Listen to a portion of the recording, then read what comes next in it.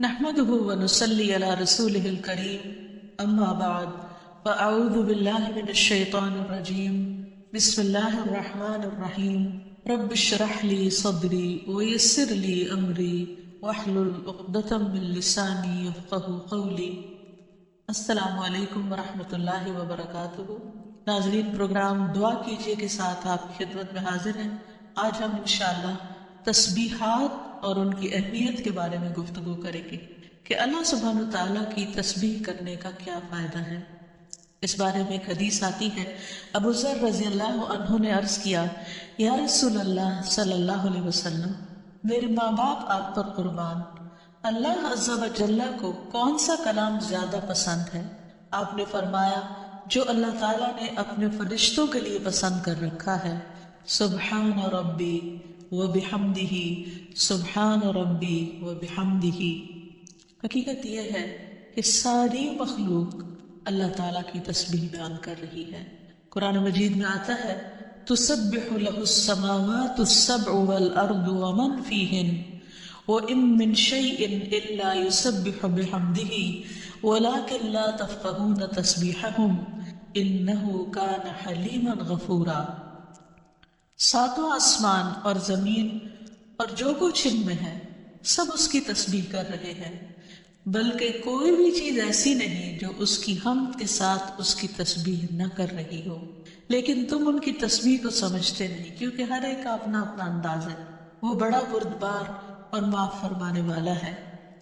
سورۃ النور میں بھی اللہ سبحانہ وتعالیٰ فرماتے ہیں، أَلَمْ تَرَ أَنَّ اللَّهَ يُسَبِّحُ لَهُ مَنْ فِي السَّمَاوَاتِ وَالْأَرْضِ وَالطَّيْرُ صَافَّاتٍ كُلٌّ قَدْ عَلِمَ صَلَاتَهُ وَتَسْبِيحَهُ وَاللَّهُ عَلِيمٌ بِمَا يَفْعَلُونَ۔ کیا تم دیکھتے نہیں کہ آسمانوں اور زمین میں جو کچھ ہے اور فضا میں پر پھیلائے ہوئے پرندے سبھی کے سب یہ اللہ کی تسبیح کر رہے ہیں۔ ہر مخلوق کو اپنی نماز اور تسبیح کا طریقہ معلوم ہے، اور اللہ اسے خوب جاننے والا ہے جو وہ کرتے ہیں۔ بہت ہی خوبصورت آیت ہے جس سے یہ پتہ چلتا ہے کہ نمبر ایک، ساری مخلوق تسبیح کر رہی ہے، سب اللہ کے ذکر میں مشغول ہیں، ایک ذرے سے لے کر بڑے بڑے ستارے اور سیارے۔ اور پھر خصوصاً پرندوں کی بات کی گئی، یعنی زمین اور آسمان کی مخلوق تو کر ہی رہی ہے تسبیح، لیکن ان دونوں کے درمیان جو پرندے اڑتے ہوئے نظر آ رہے ہیں اور بعض اوقات صفوں کی شکل میں، یعنی صف باندھے ہوئے یا پر پھیلاتے ہوئے اور سکیڑتے ہوئے یا اڑتے ہوئے، سب مل کر یا اکیلے اکیلے، یہ سب اللہ سبحانہ وتعالیٰ کی پاکی بیان کرتے ہیں۔ ویسے بھی آپ نے دیکھا ہوگا کہ صبح اور شام کے اوقات میں بڑے بڑے درختوں پر بیٹھے ہوئے ہزاروں کی تعداد میں پرندے ایک زبان ہو کر اللہ سبحانہ وتعالیٰ کی تسبیح کر رہے ہوتے ہیں، ذکر کر رہے ہوتے ہیں۔ فرمایا یہ سب اللہ کی تسبیح کرتے ہیں۔ تیسری بات یہ فرمائی گئی کہ ہر مخلوق کو اپنی نماز اور تسبیح کا طریقہ معلوم ہے۔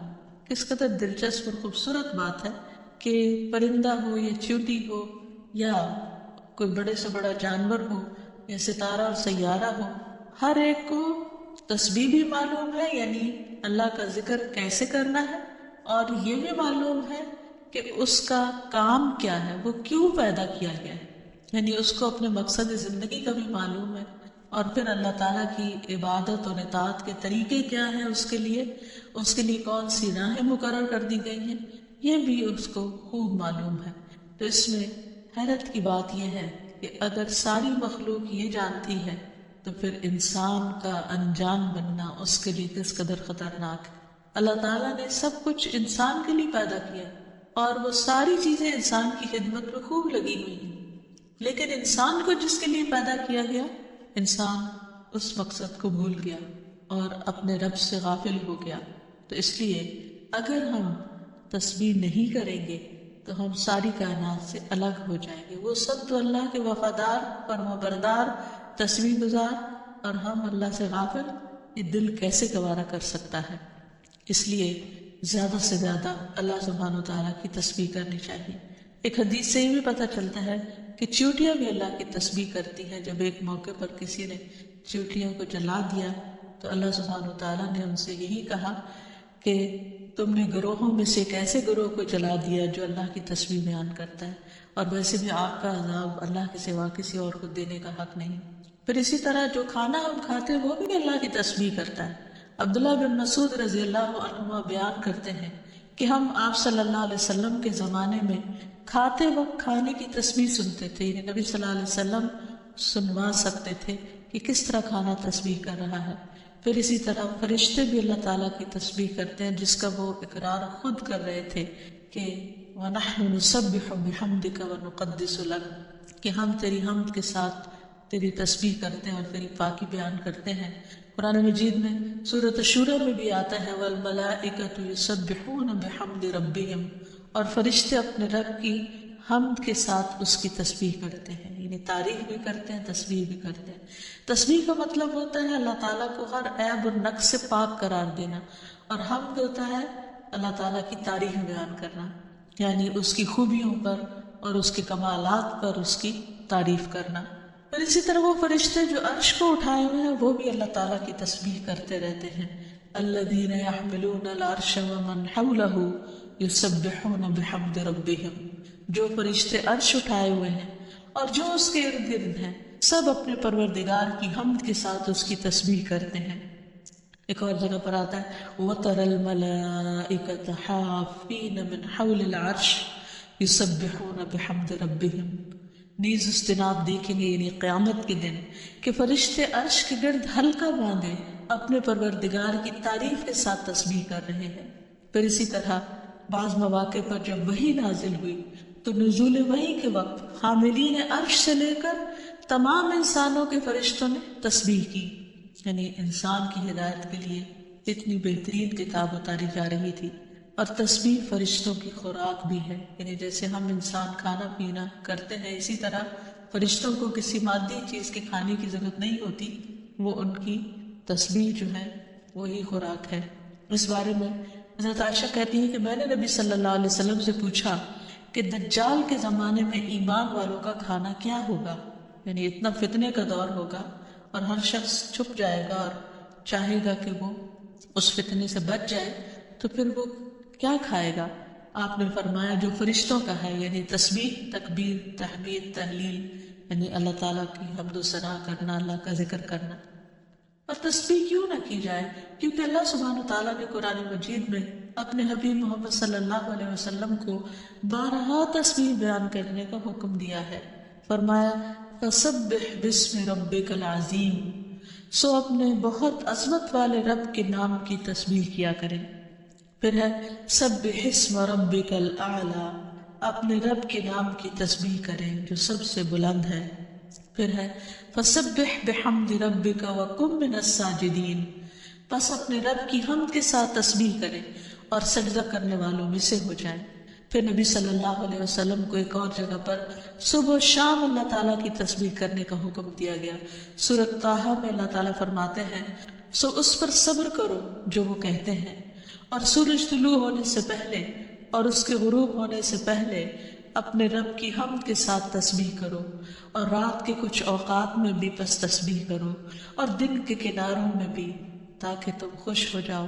یعنی خوشی کا راز، اطمینان اور سکون کا راز اللہ تعالیٰ کی تسبیح کرنے میں ہے، جو ذکر کا ایک بہترین طریقہ ہے، اور یہ ایمان والوں کی علامت بھی ہے، کیونکہ قرآن مجید میں آتا ہے انما یؤمن بآیاتنا الذین اذا ذکروا بها خروا سجدا وسبحوا بحمد ربهم وهم لا يستكبرون، کہ ہماری آیات پر تو وہی لوگ ایمان رکھتے ہیں کہ جب انہیں ان کے ساتھ نصیحت کی جاتی ہے تو وہ سجدہ کرتے ہوئے گر پڑتے ہیں، یعنی جھک جاتے ہیں، اور اپنے رب کے حمد کے ساتھ اس کی تسبیح کرتے ہیں اور وہ تکبر نہیں کرتے۔ یعنی یہ ہوتی ہے مومن کی شان کہ وہ اللہ کی تعریف میں کھویا ہوتا ہے، اللہ کی پاکیزگی بیان کرتا ہے، وہ اپنے رب کی قدر کو پہچانتا ہے اور اپنی کوتاہیوں کو اور اپنی غلطیوں کو، اسی لیے وہ اللہ تعالیٰ کی پاکی بیان کرتا ہے اور اپنے قصور کا اعتراف کرتا ہے، اور اس کی زبان اللہ کے ذکر سے تر رہتی ہے۔ پھر اسی طرح یہ ہے کہ تسبیح تمام مخلوق کے رزق کی کنجی بھی ہے۔ اللہ کے نبی نوح علیہ السلام کی وفات کا وقت جب قریب آیا تو انہوں نے اپنے بیٹے سے فرمایا کہ میں تمہیں ایک وصیت کر رہا ہوں سبحان اللہ و بحمدہ کا ورد کرتے رہنا، یہ ہر چیز کی نماز ہے، اس کے ذریعے مخلوق کو رزق ملتا ہے۔ تو جو شخص یہ چاہتا ہو کہ اس کے رزق میں کشادگی ہو، اسے بھی کثرت کے ساتھ تسبیح کرنی چاہیے، جیسے اللہ تعالیٰ قرآن مجید میں حکم بھی دیتے ہیں، یا ایہا الذین آمنوا اذکروا اللہ ذکرا کثیرا وسبحوہ بکرۃ واصیلا، اے ایمان والو اللہ کو بکثرت یاد کیا کرو اور صبح شام اس کی تسبیح بیان کیا کرو۔ یعنی انسان کو خاص طور پر صبح اور شام کے اوقات میں تسبیح کرنی چاہیے، جس کی تفصیل احادیث میں ہمیں ملتی ہے۔ رسول اللہ صلی اللہ علیہ وسلم خود بھی کثرت کے ساتھ سبحان اللہ و بحمدہ استغفر اللہ و اتوب الیہ کثرت سے پڑھا کرتے تھے کہ پاک ہے اللہ اور اس کی تعریف کے ساتھ، اور میں اللہ تعالیٰ سے بخشش طلب کرتا ہوں اور میں اس کی طرف توبہ کرتا ہوں۔ پھر اسی طرح تسبیح اہل جنت کی پکار بھی ہوگی، دعواہم فیہا سبحانک اللہم، کہ ان کی پکار وہاں ہوگی کہ اے اللہ تو پاک ہے ہر عیب سے، ہر کمی کوتاہی سے، ہر نقص سے، یعنی تو بے عیب ہے، منزہ ہے۔ اور یہ اللہ سبحانہ تعالیٰ کو نہایت پسند ہے کہ اس کی کوئی مخلوق اس کی پاکی بیان کرے، کیونکہ وہ اس کا مستحق ہے، وہ ہے ہی پاک۔ پھر یہ ہے کہ اہل جنت بھی صبح و شام اللہ تعالیٰ کی تسبیح بیان کریں گے، اس لیے ضروری ہے کہ انسان یہ سلسلہ دنیا سے ہی شروع کر دے۔ اہل جنت کی تسبیح جو ہے وہ ان کی سانسوں میں جاری کر دی جائے گی، اور پھر جو لوگ اللہ تعالیٰ کی تسبیح نہیں کرتے وہ دراصل بد نصیب ہیں، کیونکہ وہ اتنی بڑی خیر سے محروم ہو رہے ہیں جو دنیا میں ان کے لیے سکون کا باعث ہے اور آخرت میں ان کے لیے رب کے قرب کا ذریعہ ہوگی۔ تسبیح کے لیے جو الفاظ استعمال ہوتے ہیں اس میں سبحان اللہ و بحمدہ، سبحان ربی الاعلیٰ، سبحان ربی العظیم، یہ تمام کلمات جو ہیں یہ تسبیح کے ہیں۔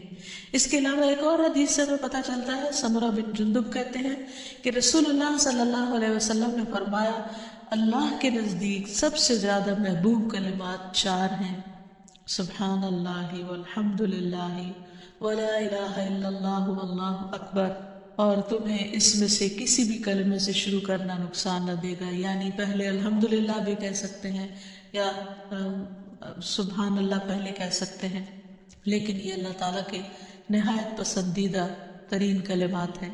پھر اسی طرح آپ صلی اللہ علیہ وسلم نے یہ بھی فرمایا کہ بے شک تم لوگ اللہ کی عظمت کا جو ذکر کرتے ہو، یعنی تسبیح، تہلیل، تحمید، جو الفاظ بھی کہتے ہو، وہ عرش کے ارد گرد چکر لگاتے ہیں، ان کی ایسی بنبناہٹ ہوتی ہے جیسے شہد کی مکھیوں کی بنبناہٹ، وہ اپنے کہنے والے کا ذکر اللہ کے ہاں کرتے ہیں، کیا تم نہیں چاہتے کہ اللہ کے ہاں تمہارا ذکر ہوتا رہے؟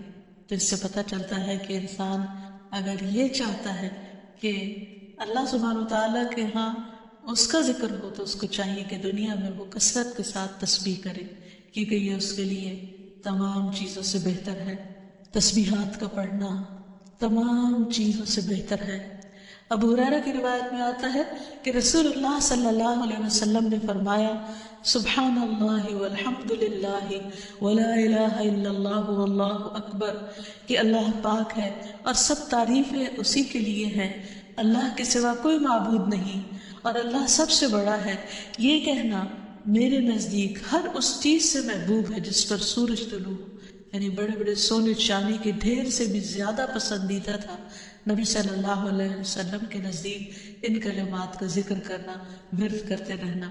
پھر اسی طرح یہ کلمات جو زبان پر بہت ہلکے ہیں اور میزان میں بہت بھاری ہیں اور الرحمن کو بہت ہی پیارے ہیں، وہ ہے سبحان اللہ و بحمدہ، سبحان اللہ العظیم۔ پھر ایک بار تسبیح پڑھنے سے زمین و آسمان بھر جاتا ہے۔ رسول اللہ صلی اللہ علیہ وسلم نے فرمایا، طہارت نصف ایمان کے برابر ہے، اور الحمدللہ کہنا میزان کو بھر دیتا ہے۔ سبحان اللہ اور الحمدللہ کہنے سے زمین و آسمان کے درمیانی فضا بھر جاتی، یعنی کتنا فاصلہ ہے زمین و آسمان کے بیچ کا، لیکن انسان کیا اس کے لیے بھی اس کو کچھ مشکل ہے کہ اللہ سبحانہ تعالیٰ کے محبت کے ساتھ پاکی بیان کرے اور تسبیح کرے، جس کا ریوارڈ اتنا بڑا ہے اس کے لیے۔ آج دنیا میں انسان کو وہ نظر نہیں آتا، لیکن کل قیامت کو انسان ایک ایک نیکی کا محتاج ہوگا تو وہاں اس کو اس کی قدر آئے گی. اس لیے بہتر ہے کہ آج اپنے لیے انسان ذخیرہ اور سرمایہ اکٹھا کر لے. پھر اسی طرح انسان جب تسبیح کرتا ہے تو اس کے گناہ بھی مٹتے ہیں، یعنی ایک طرف اس کی نیکیوں میں اضافہ ہوتا ہے اور دوسری طرف اس کے گناہوں کو جھاڑنے کا ذریعہ بنتا ہے. انس رضی اللہ عنہ کہتے ہیں کہ رسول اللہ صلی اللہ علیہ وسلم ایک ایسے درخت کے پاس سے گزرے جس کے پتے سوکھ چکے تھے. آپ نے اس پر لاٹھی ماری تو اس کے پتے جھڑنے لگے. پھر آپ نے فرمایا الحمدللہ و سبحان اللہ ولا الہ الا اللہ واللہ اکبر سے اسی طرح گناہ جھڑتے ہیں جس طرح اس درخت کے پتے جھڑے ہیں. پھر اسی طرح یہ 100 اونٹوں سے افضل عمل ہے.